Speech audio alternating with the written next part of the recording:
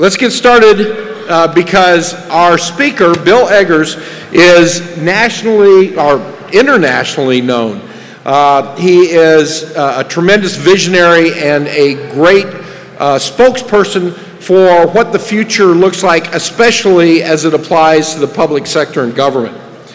Bill Eggers is responsible for research and thought leadership for Deloitte's public sector and industry practice.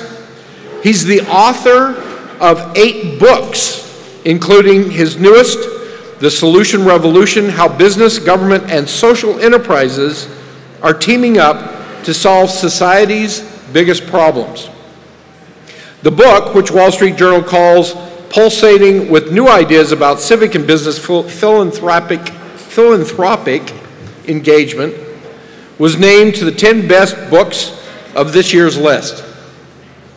His earlier books, including Washington Post bestseller If We Can Put a Man on the Moon, have won numerous dozens of awards, and he also coined the term Government 2.0 in a book of the same name. His commentary has appeared in hundreds of major media outlets, including the New York Times, the Wall Street Journal, and the Washington Post. He's a former manager of the Texas Performance Review, appointee to the U.S. Office of Management and Budget Advisory Board, and commissioner for the City of Los Angeles. Please give a warm welcome to Bill Eggers.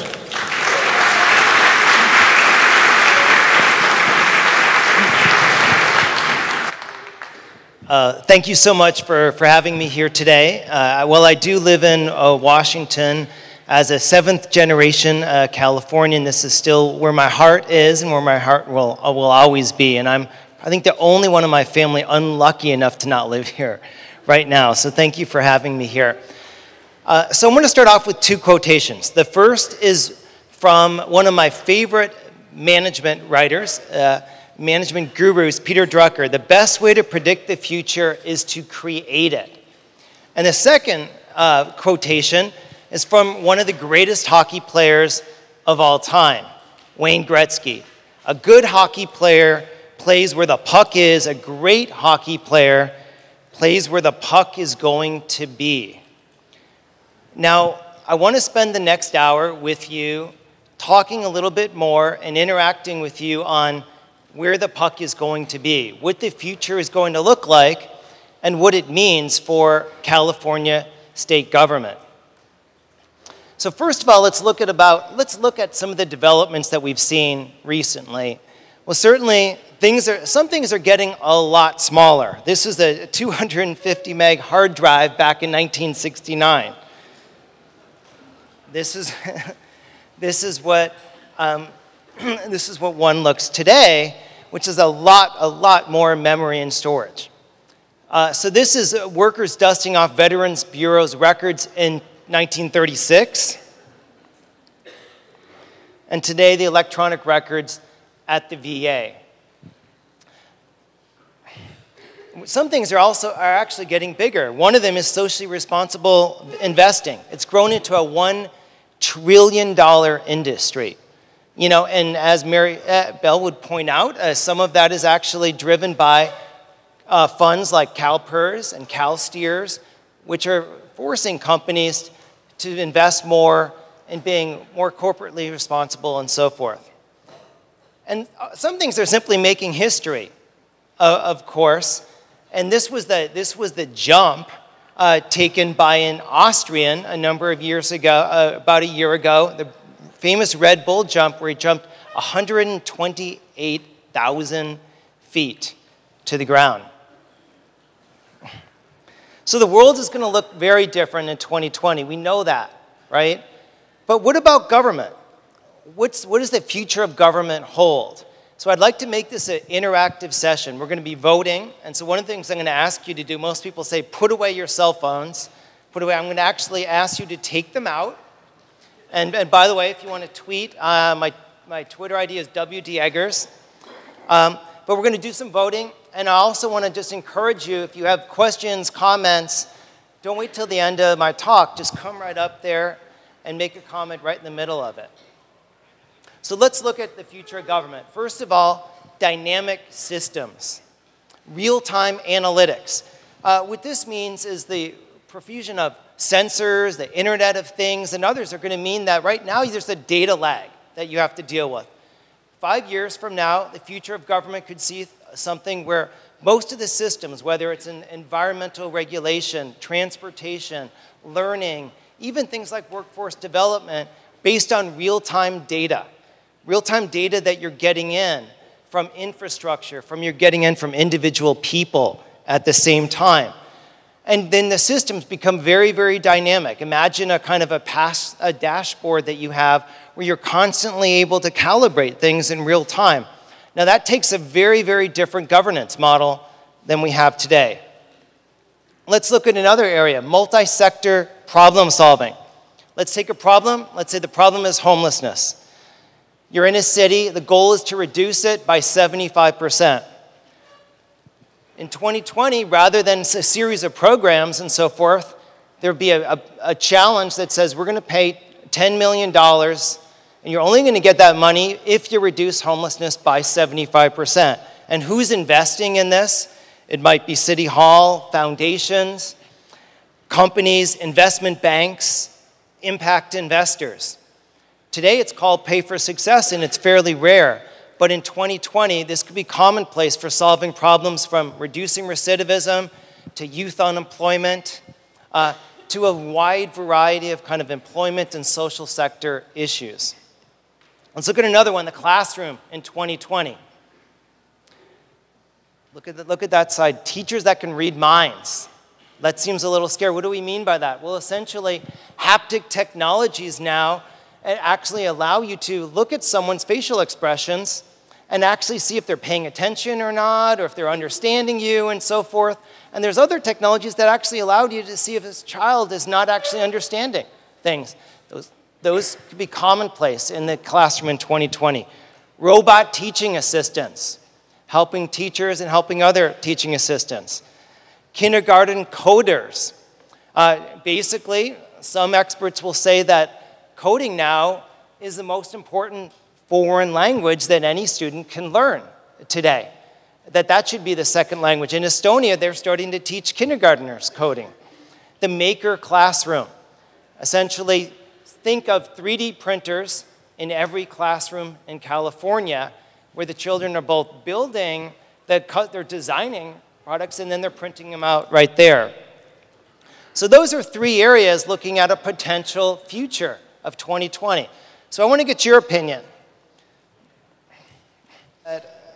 Most of you believe that some of this will happen and some won't. So how did we come up with those sort of scenarios? Where did those come from? Well, we spent the last few years actually doing a series of deep dives looking at things like the future of incarceration, the future of transportation, the future of human services, reimagining higher education, and literally spending months and months and months going deep on a lot of that, and also looking at all the different technologies. And then we brought it all together in a website, which is out there called Gov2020.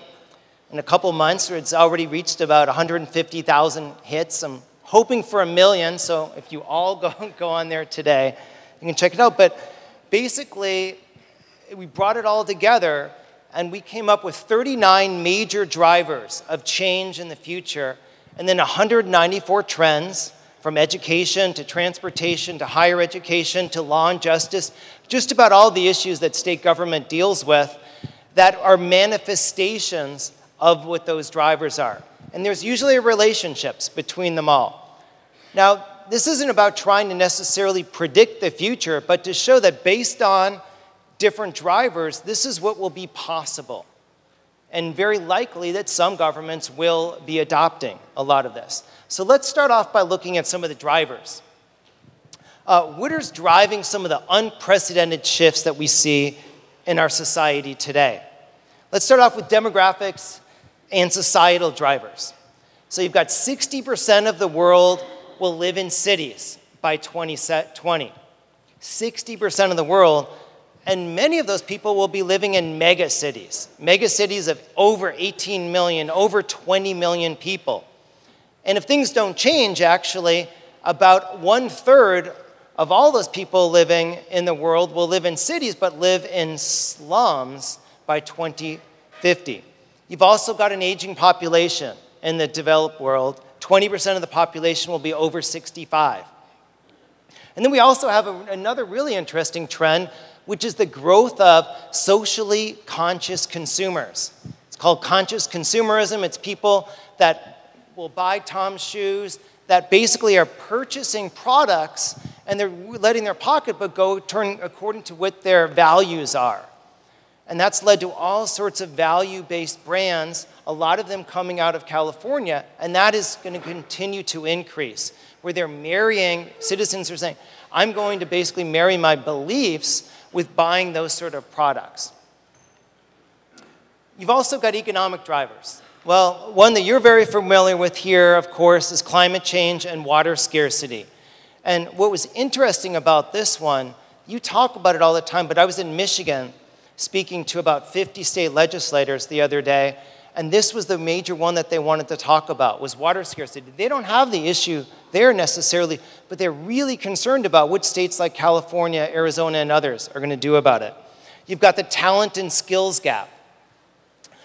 One of the issues here, of course, is that you have almost 0% kind of unemployment. You have really full employment in some counties and areas, and 14% in others. And you've got all sorts of skills, matches, mismatches, and imbalances, and every state in the country is facing those sort of issues. There's 500,000 manufacturing jobs right now in America that cannot be filled. Think about that. Why? Because they need very, very advanced technology skills now for manufacturing. So we've got this mismatch between what the skills that are needed from business oftentimes and what the skills are today. And then there's something called the circular economy. Have any of you ever heard of that? Probably not. We don't have anyone. The circular economy means today's economy is just filled with a lot of throwing out and disposal, right, of things. It started with plastic back in the 50s. The circular economy is about reuse. It's saying that we throw out way too much stuff, and it's about how do we move towards an economic model which is based on reuse. And so the sharing economy, which you've maybe heard of, is all about that. Right now, food waste, we waste about $140 billion worth of food each year in America. 40% of all food is thrown out in food waste. How can we create a system where we radically reduce that? And that's what the circular economy is about. It's about reuse and throwing a lot less away. So let me ask you. We talked about a few of these drivers. What drivers do you think governments in general are least prepared to navigate in the future? Is it the aging population and changing demographics, talent and skills gap, the growth in city populations, or climate change and resource shocks? Now, of course, if we were in Asia right now, if we were in some of the cities, big cities in Latin America, the growth in city populations might be something that we hear more and more about. How do you manage a city of 25 million people? You know, think about that. One city. Okay, so we have climate change, resource shocks, and water scarcity, number one. But the one thing that we have been good at here in America and elsewhere is innovations, using innovation to come up with solutions to a lot of kind of problems of natural resources, commodities, and so forth. Whatever you might think of fracking, and there's very good arguments on either side, 20 years ago, people would have said that's not necessarily possible, and not possible for the US to be the world's largest energy producer.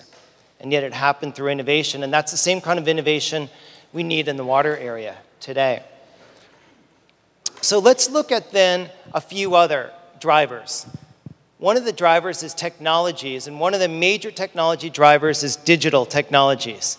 And you've heard a little bit about it today, and a number of the award nominees, of course, are employing digital technologies. So digital technologies is really the combination of cloud, mobile, analytics, and social, and pulling those together into a whole new way of doing business. Now, what's important about this is so every other period of human history, the other technological revolutions that we've seen, the steam engine, electricity, mechanization, and so forth, they all followed a very familiar curve. And that curve is called the S-curve. The S-curve was basically where you'd see large performance improvements which would come, and then they would stabilize over time. And that stabilization would often occur over decades. And you know what that allowed us to do? It allowed us to kind of figure out, how to make the best use out of these technologies, how to adjust to them as a society, how to create more value from them. And basically, and also how to reduce a lot of the disruption in terms of jobs and everything else that might come from those technologies. So we're in the middle of the digital revolution today, the information revolution, whatever you want to call it. It's not following that model. It's the first technology revolution not following the model, and instead, this is the model that it's following. And that curve is not an S-curve, that's an exponential curve. And so if you've heard of Moore's Law, and I know some of you in the information technology shop right there have heard of it, that's essentially where every 18 months, processing power and speed is doubling. And we're seeing this, not only that, we're seeing it in storage capacity, we're seeing it in a variety of technologies, where it's not slowing down the rate of increase and the rate of improvement, it just keeps on getting faster and faster and faster. So the stabilization is not happening, and it doesn't look like it's going to happen anytime soon. So if you think about that, it's kind of the Red Queen effect. You sometimes feel like, gosh, I can never catch up to all the technology changes and all that changes, and that's why, is because it's not slowing down. It's not slowing down and kind of giving us time to process it. As soon as we talk about mobile, now everyone's then talking about Internet of Things. And we could go on, and then robotics and automation and so forth. So this is what makes it different today. And the digital technologies are the foundation of a lot of the technology change. And from a government reform standpoint and transformation, the digital revolution and digital transformation is the foundation of so much of the transformation that has to occur. So that's the first piece you have to get right. The fact that it's increasing so fast actually makes it difficult to do. Why? Because as soon as you kind of lock in where you're going to go over the next 4 years, a year or two later, a lot of what you've done is the technology is archaic already by then, and you have to move on. So digital technologies are going to enable lots and lots of different changes. Predictive policing. You've all seen Minority Report. The city of Los Angeles is actually trying to lead the country right now, and also you were seeing this in Santa Clara and some other California cities, in doing predictive policing and doing exactly what Wayne Gretzky said, is going to where the puck is going to be and trying to predict where crime will happen ahead of time, i.e., not quite a pre-crime unit, but very similar. Healthcare everywhere. Digital technology and mobile means that healthcare, it's no longer about being in the hospitals or doctors' offices. It's going to occur everywhere. You've got shared transportation and social transportation with ride sharing and a lot of other tools. So transportation departments become more about information management.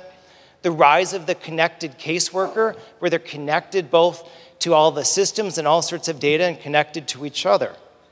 And digitized classrooms.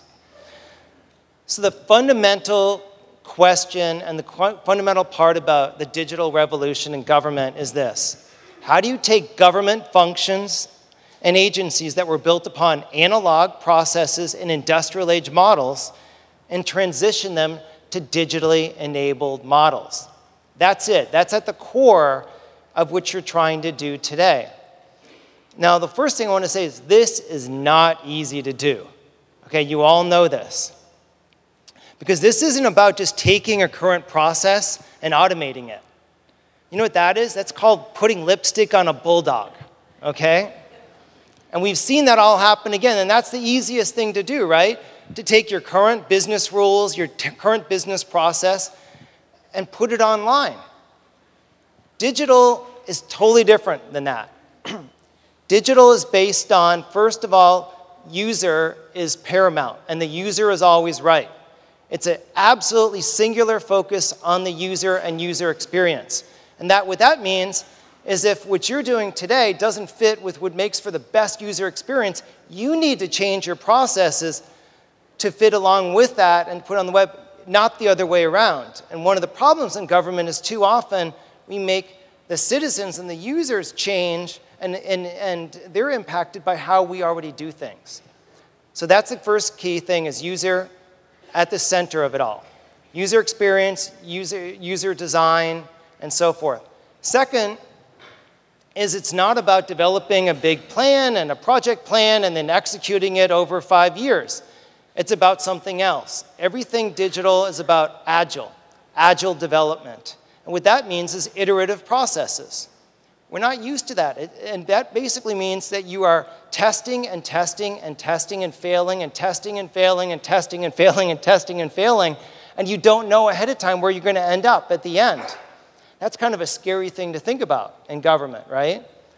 But that's what digital is all about. And there's going to be a session afterwards on how the California Healthcare Services has actually used agile development in one of their processes. I'd highly recommend going to that. So you've got a variety of things that make this very different. And the skill sets are different that are needed, and the mindset is just very, very different. So we've been surveying government officials all over the world on this. And we've been surveying people in the healthcare industry and transportation industry and consumer products and manufacturing. This is what we found. So far, we've had about 6,000 people fill out the survey, 500 or so are government officials. Public sector employees right now are not very optimistic about going digital. They're very positive about the potential positive impact of digital. But only 20% agreed that public sector leadership has skills and experience for digital. Again, this is a global survey, people all over the world. And only 31% agreed that public sector employees had the skills to execute a digital strategy. It was that level of optimism lagged all the other industries. Next up was healthcare. So there's definitely work to be done here, and it really does have to be, though, at the center of it. And I will say, though, that with that, yes, it's hard. Yes, there's a lot of work to be done. Yes, there's some pessimism, but there's also emerging a lot of bright spots. I've already found 3 here just in the 2 days I've been in Sacramento that are going to be lending themselves to great case studies. And Maribel mentioned some of the other ones. After healthcare.gov, the White House said, this can never happen again, right? This can never happen again, what happened there. And you finally had a president who actually got engaged with, how do you actually develop a website, right? Probably the first time in history. And they've since now created the White House Digital Services team. They've created 18F. And they're recruiting people, hundreds of some of the best technologists, 2 hours away in Silicon Valley and elsewhere, most of them Californians, to come in and basically completely reinvent how they do digital in the federal government. And they're having a lot of success. There's a lot of momentum. And they're going in and they're taking existing processes and they're not automating them. They're looking at them. They're doing business process reengineering. They're ripping them apart and putting them back together again in a digital way and saving a lot of money. And in fact, the cost savings have been so great just in the year that they've been doing this, that Congress, and you've probably heard that Congress and the president executive branch not always get along very well, right?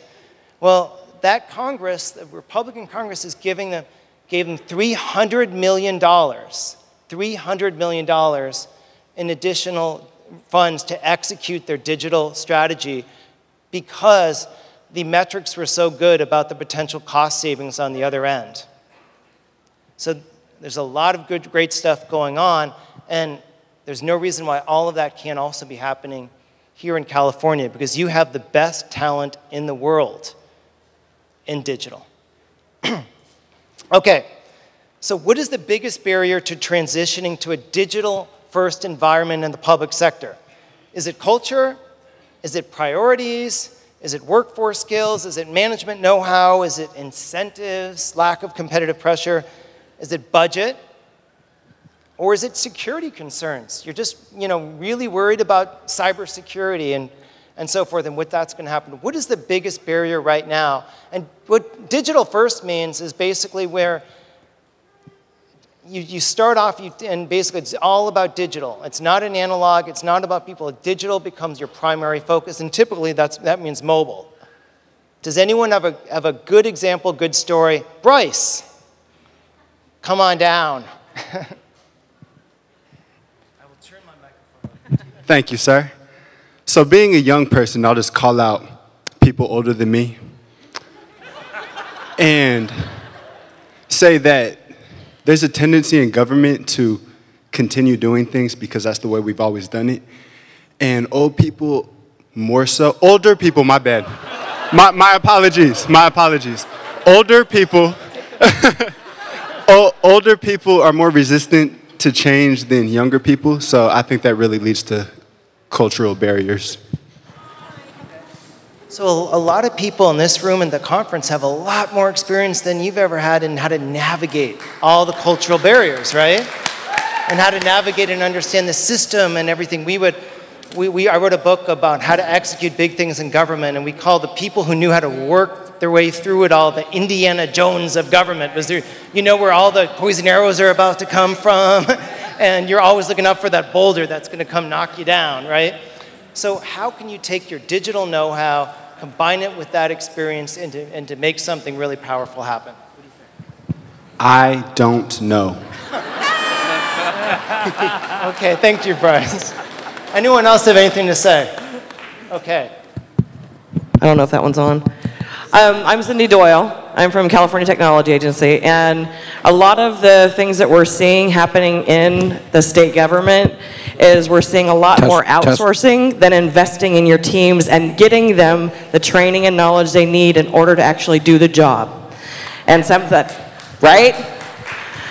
And so we're finding a lot more people outsourcing, and it actually hurts the job. And the hard part with that is that you're not going to have a lot more people actually wanting to get a job with the state because they're going to get better job on an outsourced agency or outsourced job.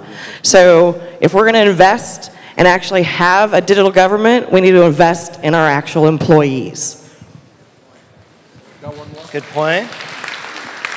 So one quick comment on that, and this is what they'll talk about in the White House a lot, to a lot of the technology vendors and so forth, is the fact that, you know, from everyone's perspective, you want really good people in government who really understand all this, because that reduces the risk dramatically of a failed project, right? And no one wants a failed project on the inside or the outside. So I think that's what reinforces your point. Yes. My name's Michelle Fallon. I work with Franchise Tax Board, and I used to be in the budget office, and I can tell you how difficult it is to get funding for some of these really cool digital things we want to do, let alone replacing some of the legacy systems. And then on top of that, the bureaucracy we have to go through to get all these projects approved. So I don't know how we overcome all that, and I was definitely tweeting on the budget resource one. Real quick, if you want to make a comment, raise your hand and I'll bring you the mic, okay? Go ahead. So, my name's Clay Harada. I'm with CalSTRS. Let's hear it for the older people. Thank you. And sometimes we're over-impressed with the bright, new, shiny objects, and moving on to bright, new, shiny objects first. And there's a lot of perception that goes into some of our decisions. And sometimes our decisions shouldn't be perception-driven, whereas they require more thought and planning. Great point, Glenn. Let me just make one comment on the budget issue, because it's a really important one. So a few things to understand about the digital age. First of all, the systems and the technologies are much less expensive in most cases, if you do it right, than a lot of the old systems that were used before. And secondly, it's about showing a business case for it. So I saw a system yesterday here in California government that for $500,000 they were able to put it in, and what they're able to do with that savings, they could save that money in a week. Just absolutely amazing, and there's a lot of that going on. With open source software and everything else. And it's about making that case and starting to show some of those wins. And then whether it's the legislators, the budget office will be able to see that these things are going to pay for themselves. And there's a lot of also really innovative sort of things that you could do in terms of shared-in savings and others to actually to make those cases. And I think you have to just be really creative about it. Yes. Good afternoon, I'm Jeff McLennan. I just retired, so you know where that puts me age-wise. One of the things I've noted, and I used to lead the telework advisory group, is that younger people don't want to work in cubicles. I think that's been said elsewhere. One of the things I've noticed about younger employees, they don't stay in their cubicle to do email. Often they're out with their handhelds. They're working outside the office. So here's a little bit old to the young. That's great. One more. So I actually was surprised with the security concern. I think probably my generation has gotten so used to the social media and that they seem to forget about that concern. So I'm kind of curious. Part of me thinks, well, oh, doing it all online is more of a concern. But then I work in HR and everything's being shuffled around on papers, social security numbers. So does anybody have any comments on, is it actually more safe to have it being digital, or how does that work? You know, it depends on how well you do it. Because for a lot of that sort of thing, if you have, you know, second and third factor authentication and so forth. And so, you know, governments are getting better and better at this, but we see, obviously, every day in the private sector, you're seeing major, major problems in terms of people.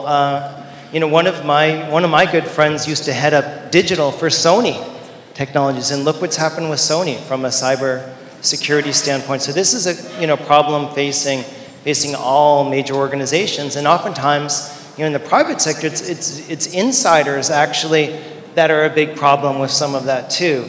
So it's a really good point. So let's move on to another driver. And this is getting a little bit of attention nowadays. And what I want to talk about is automation, artificial intelligence, robotics, and so forth. I just figured I'd keep it non-controversial, you know, for today. So this prediction is that 47% of the total US employment is at risk due to the automation of cognitive tasks.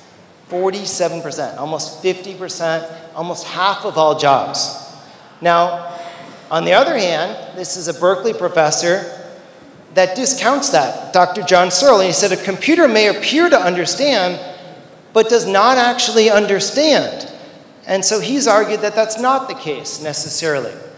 And so then I thought I would, that's a good point too, but let's look at a short little video about computers understanding or not. 400 same category.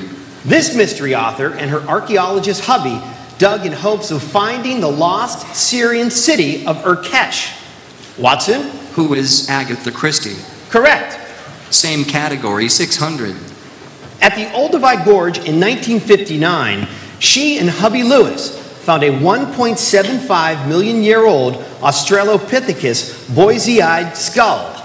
Watson? Who is Mary Leakey? Let's right. finish Chicks Dig Me.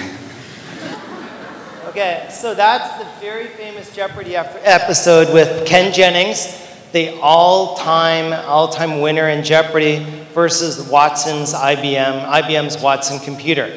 Now, I was at an event about a year and a half ago with Ken Jennings and then the IBM team. They're absolutely hilarious. Jennings described it. So they couldn't move Watson. It was too big, so they couldn't bring Watson to New York or LA. What they had to do is they actually had to go up to the IBM headquarters and do the show. And so he said he was standing there in front of all of the IBM engineers who had like essentially put Watson together, where he was going up against him. And this is how he described it. He said, I was playing in front of a crowd that wanted to see blood, and it was an away game for humanity.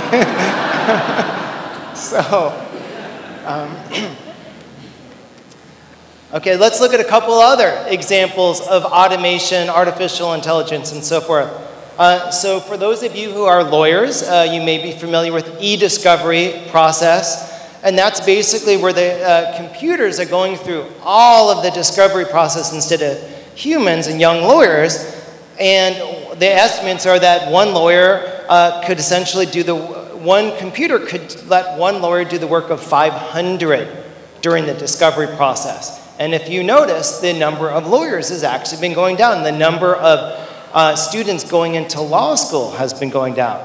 Another example, this was in San Francisco paper last week, where the argument was that Uber and Google's autonomous cars will destroy 10 million jobs and reshape the economy by 2025. I don't have time to go through all the different ways that's going to do that, but let's just say real quickly that when they look at a lot of the different jobs, anyone that's kind of driving any vehicles, right, but also that the number of vehicles would go down by 90%, from essentially 240 million to 2.4 million vehicles. Why? Because if you have autonomous vehicles, most vehicles are sitting 90% of the time. They're only used, well, actually 91%. They're only used 9% of the time as they're sitting in parking lots or at your home. Autonomous vehicles are being used the whole time, so you need a lot less of them because they're moving around. Pretty scary stuff, right? So let me ask you, that's kind of one side of all this. What do you think about automation? What percentage of state government jobs do you think are going to be at risk due to automation, robotics, and artificial intelligence in the next 5 to 10 years? Are we talking about more than 50%, 25 to 50%, 10 to 24%, or under 10%? Okay, so this is one of the biggest debates right now among economists, among computer scientists, and so forth. But let me raise a possibly different future, which is not necessarily all displacement, but augmentation. So my little team decided a number of months ago that what we wanted to do was analyze 26 years worth of General Accountability Office reports, about 1.3 million pages, 40,000 recommendations. Sounds like fun, right? So how long do you think that would take you to do it? To do something like that if you're doing it by yourself? Well, the answer is about 10 years, right? 10 years to do it. But instead, what we did was we used text analytics to do that. And we developed an algorithm, and we were able to go through, and once you actually ran it, once we developed the algorithm and ran it, and it took a while to get this done, we were able to do that in a day to run it, something that would have taken 10 years. So that's not, though, if you think about that, is that the sort of thing that would displace a lot of jobs? No, because no one would have ever done that analysis in the first place, right? GAO looked at it and they said, wow, we've got 2,000 people, and we never thought about doing that. But this gave us all sorts of insights into the management of the federal government, because the GAO has been making recommendations for years and years and years, 40,000 recommendations that they would never have known because the human eye could not see them. So I think what this tells you, and by the way, we hear a lot about data and big data. Well, most of what government produces, a lot of agencies, is text. So text analytics is going to end up being as important because text analytics turns text into data that can be analyzed, and that's what we did here. So I think one of the things we're going to see is that automation, analytics allows us to make much better decisions and allows us to do a lot more than we could before.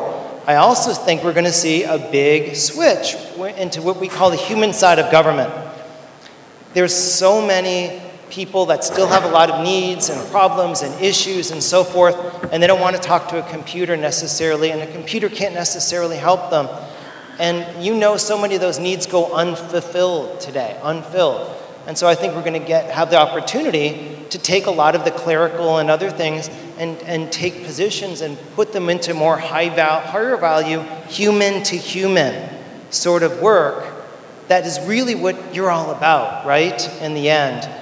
So we'll see if this results in huge reductions in workforces, but I don't think so. I think this notion of augmentation, allowing people to do a lot more and allowing people to make much better decisions is probably more likely, at least in the near term.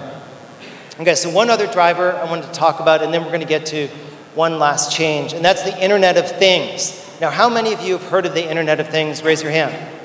Very good. It's about, probably about 50% of people. The Internet of Things is essentially, so it's going to be a $14 trillion in value. There's absolutely billions of dollars in investment going into it. What it is it's basically saying that most devices, most infrastructure, your appliances, you name it, will be IP enabled. And which means essentially they'll be connected to the internet. And there will be more things connected to the internet by 25 than there will be people. Okay, and they will be talking to each other. You know, you're essentially your dishwasher, your refrigerator, you're going to be talking to your Nest and your smoke alarm and so forth and generating lots of data. And you'll be able to turn, you know, you can turn your lights off and everything already. I have Nest in our house. And that's essentially, that allows us to take our energy up and down while we're not there on a mobile device. And so the Internet of Things is a very, very big development. A lot of the technology firms are focused on it. And again, it's going to be a game changer for many different areas. One of the areas is wearables, which you've all heard about. And every day we have new things coming out in wearables. Essentially, wearables can measure how stressful you are, how much sleep you've gotten, what's your heart rate, what's your glucose level, sensors on your clothes right now. All of this is available today, and it's all coming together in terms of an ecosystem around wearables. That's going to change a lot, because if you think about it right now, think about all the sort of issues that you face right now and you don't have much data on them. Well, this changes it. This allows you to kind of deliver health care and prevention anywhere. It allows you to think about a whole different way of looking at nonviolent offenders. Because right now we have, for instance, electronic monitoring, right, that you might use. But in the future, but that doesn't do very much. It doesn't give people nudges. It doesn't help them to make better decisions. In the future, we might see something where essentially we're wearing a watch, and if they go into certain areas where there's gangs that they used to be in, there might be a little alarm that goes off, or it might even be a little message from their daughter saying, "Daddy, you know, why are you going there right now? Are you thinking about me?" I mean, it sounds strange, but we're already starting to see a lot of these sort of pilots and experiments. So I will guarantee you that every one of your agencies that you work with is going to be doing things around Internet of Things over the next few years. So around, what does it mean for government? Government buildings, you'll see a lot of sensors, and government buildings will be wired in a way so we're going to be able to reduce energy conservation. We'll know how many people are there at one time. We'll also know where they're being utilized or underutilized. Environment is going to dramatically change the environment, where there'll be sensors in not only kind of buildings and smokestacks, which we see, but in many of the areas in terms of more environmental areas, whether it's forests and so forth.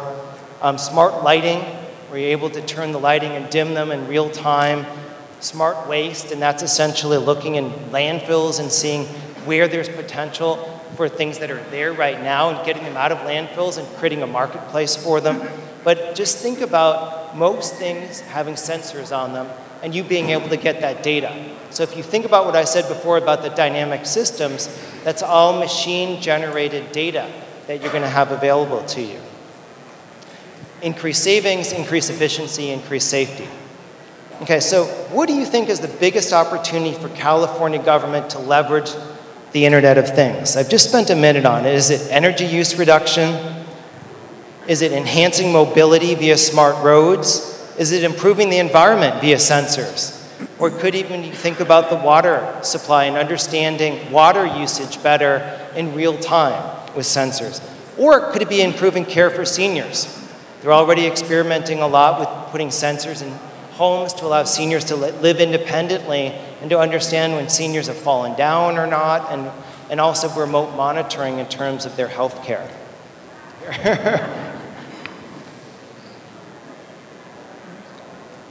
Okay. Energy use reduction, a very big one. So that's an interesting one where, so in our home, since we've started using the Nest, which is an Internet of Things device, our energy use has gone down consistently every month by 30%. 30% reduction just from having better information and being able to essentially take it up and down while we're not home. Think about if every Californian did that. There's no other way. You could never do anything from a public service announcement standpoint to reduce energy use that much. Anyone want to make any comments on Internet of Things? I know Stuart has a great idea for how to use it in the end. So this is an idea that we came up at Little Hoover Commission, so I want to say hello to the Little Hoover Commission staff here, is a real-time water budget so that the state, DWR, and state water boards and our water agencies could track water in real time. What's in the reservoirs, what's moving out, in-stream flows, water temperatures for our Delta smelt and our salmon, what needs to go down to the aqueducts, just a way to really ground truth our water use, where the water is, and what condition it's in. Great, and something essentially impossible to do without sensors. Yes. Any other comments? David Goetz, Office of Technology Services. If this question was changed to what is the biggest hurdle for California state government to leverage Internet of Things, I think security had to be one of the options. So we all talk about openness and making data available, but every time there is a breach or a security incident, we all go, what happened? So making all this open at home or at work will make us more vulnerable. So there has to be mitigation strategies also in place. I just wanted to make that comment. Great point. Security and privacy at the same time too. Because all of that data out there, right, about in your home and how you're living your life, essentially, that's going to be very valuable data for lots of companies, right? And potentially government too. And people are going to be very nervous about that from a privacy perspective. Any other comments about the Internet of Things? Okay, so let me leave you with here are some big shifts we see taking place in government based on a lot of these drivers. I don't have time to go through any more but one right now, but you can go to the website and check it out. Just-in-time civil service, and that's a very different way of organizing civil service, but essentially think of it like a lot of you being on the cloud, and a certain cloud, and being able to serve a lot of different agencies, depending on what your expertise is. Data smart government, which we talked about. Government as a solution recruiter. You're bringing in some of the best ideas from broader society, from industry, from social enterprises to bear on California's problems. The basis of national prosperity shifts, where you're looking at not just GDP, but social indicators. And I know that's something that you're looking at here in California. Let me focus on one other one, which is made-for-me service delivery, because you all are engaged in service delivery in one respect. So the question is, how would you deliver a personalized experience, personalized customer experience for every Californian, for every citizen? Is that possible? Is that something you think you could do? So this is a company called Waze. And how many of you have used Waze? Okay? Most of you. So Waze, of course, is based on a model where you turn on Waze, which then, so they understand where you're at. So you're delivering up data, geodata to them. And in return, what are you getting from Waze for your data? They're giving you a personalized, customized route to the best route you can take right now based on traffic conditions. Pretty cool, and that adapts in real time based on what others have said, because people are also inputting things such as, well, there's an accident right there, or even there's a police camera over there, or other elements, and so it's adaptive at the same time. Now, when I started first looking at real-time traffic management about a decade and a half ago, we thought this was going to cost billions of dollars to outfit all the infrastructure, all the highways to actually do it. What Waze did was figured out a way of letting people use their cell phones and then you get the traffic information that way. It's a brilliant development, but you're getting a personalized experience every single time you use Waze. And what are they charging you? They're not charging you anything except for your data, right? So that's the exchange. What we call Waze is a billion-to-one experience. And we believe that a lot of the future of the big business models in the private sector and we see in government are going to be around this experience. And this is how you get to made-for-me service delivery. So there are a variety of elements. The first one is crowd data. You're taking data in from the crowd and you're aggregating it, oftentimes anonymizing it and so forth, but you're getting in a lot of data. And the second element is sensing. Again, getting to the sensor is another sort of thing. You're sensing and you're understanding then those changes in real time of the crowd data. So you've got a sensing element. Third is behavior, where you're trying to get people to change their behavior using nudges, using other things, using gamification. So if you look at, say, O-Power or Nest, essentially, who are two of the energy ones involved in this, what they're doing is they're sending you reports all the time. I get these reports that will say, here's how you are doing in energy use compared to your neighbors. Okay? And then they'll say, you know, you are at the high end right there, and oh, whenever we get the high end, I get so angry, right? I don't want to be at the high end in my neighborhood. I'm going to get this down. I don't care if it's freezing in our house. I'm going to get it down. So that's a way of our competitive pressures. And then they'll say, here's how you reduce all that, your costs. And then thirdly, it's adaptive. In real time, these are adapting. They're adapting based on this. And so these four elements are a lot of the future of service delivery in general. So we've looked at this across a whole variety of different elements. So let me look at an issue that's very big, of course, here in California, which is transportation. Could you actually deliver a personalized transportation experience for every citizen of the state? Well, there's a city now in Finland that's trying to do that. Their goal by 2025 is to do that, and that's Helsinki. What they believe is that digital technology, plus the sharing economy, plus all this, that they'll be able to deliver an experience which will make owning a car obsolete. Okay, so what they're going to do is take transit data, ride-sharing data, carpooling data, car-sharing data, data from bike shares, and so forth, and combine them all to wherever you are in the city or whatever you need to do, if you need to do grocery shopping or so forth, you will have a variety of options to do that without actually owning a car. They've looked through all the different reasons why people in a city actually need a car, and it's oftentimes, you know, when they need to pick up the kids from a soccer game and so forth. And they figured it all out, and they say you will get a personalized experience. Because what they're doing is they're taking all of that data, and then they're able to then calibrate it. So let me give you an example. So have you ever looked at buses and said, you know, half the times they're empty, and you said, you know what, why are these empty buses going by? Can't they go a different route where there's more people? Why do we see empty buses? Well, a lot of people have thought that. And Helsinki has said we don't need to have that anymore in the digital age.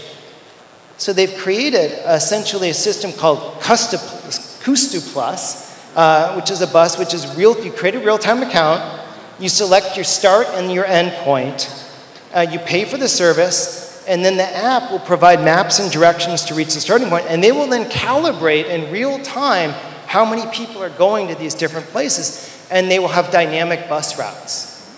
Their opinion is that everyone will have some sort of use of a mobile device right then, and they, instead of having the fixed bus routes, they can have dynamic bus routes based on time and place, and based on the supply and demand at that time. Wow. And if you wanted to schedule as something where you need to pick up 3 families, essentially, you can do so with their bus system. So that's personalized mobility. Is it possible to deliver personalized education, personalized learning for every California student? Okay, so most of you believe that you have to change the way education is delivered. And I think the answer to this is yes. And let me give you one last example of a school and a school model which is trying to do just that.